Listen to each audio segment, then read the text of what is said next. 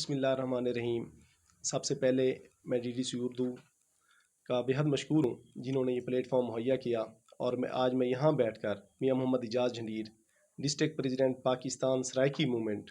یہاں پہ اس plate form پہ بیٹھ کر اپنے خیالات کا اظہار کرنا چاہ رہا ہوں۔ میں آپ تمام دوستوں کو یہ دعوت دوں گا کہ آپ تمام دوست ہماری اس تحریک کا حصہ بنیں، ہمارا بازو بنیں،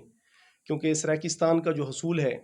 ہمارے قائد پارٹی چیئرمین جناب ڈاکٹر مخدوم حق نواز قریشی صاحب نے جو ہمیں تربیت دی ہے اور سکھایا ہے، سب سے پہلی تو گالم گلوچ کی سیاست نہیں ہے۔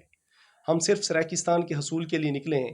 تو آپ تمام دوست جب ہمارے ساتھ ہوں گے تو انشاءاللہ وقت کے یہ نالائق، نکمے اور نااہل حکمران کبھی بھی ہمارا راستہ نہیں روک پائیں گے، اور انشاءاللہ ہماری منزل مقصود جو کہ سرائکستان ہے، اس پر ہم پہنچ کے سرائکستان میری پہچان کا بہت جلدی نعرہ لگائیں گے انشاءاللہ۔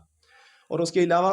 جتنے بھی دوست اب آپ یہاں پہ تشریف فرمائے، میں سب کو یہ گزارش کروں گا کہ آپ اس ممبر سازی کی مہم میں ہمارے ساتھ کھڑے ہوں، ہمارا ساتھ دیں، کیونکہ سرائکستان کا حصول اتنا لازم ہو چکا ہے کہ اگر آج ہم ان آنے والی نسلوں پر یہ احسان نہیں کریں گے تو ہماری یہ جو نسلیں ہیں آنے والی، ان کا قرض ہم کبھی بھی نہیں اتار پائیں گے، کیونکہ ان نالائق حکمرانوں نے ہمیں غربت، مفلسی، دلدل، بے روزگاری کی چکی میں پس کے رکھ دیا ہے۔ تو یہ جو چیزیں ہیں، یہ ڈسکس کرنے کا اور آپ تمام دوستوں کو بتانے کا مقصد یہ ہے کہ سرائکستان بہت ضروری ہے،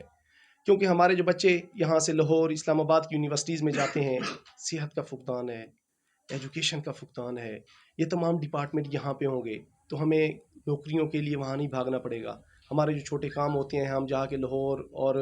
ایوان بالا کے دروازہ کھٹکھٹا رہے ہوتے ہیں، تو انشاءاللہ جب یہ چیزیں ہماری دہلیز پہ ہوں گی تو ہمیں وہاں پہ کسی کے پیچھے بھاگنا نہیں پڑے گا، اور انشاءاللہ اب ہم تخت لاہور کے غلام نہیں رہیں گے۔ نہ ہم نے سندھ کی طرف دیکھنا ہے، نہ ہم نے لاہور کی طرف دیکھنا ہے، نہ اس ایوان اسلام آباد میں بیٹھے ہوئے ان نالائق حکمرانوں کی طرف دیکھنا ہے جنہوں نے آج تک یہ راستہ روکے رکھا اور سرائکستان کی اس مہم کو، اس مقصد کو، اس مشن کو کامیاب نہیں ہونے دیا۔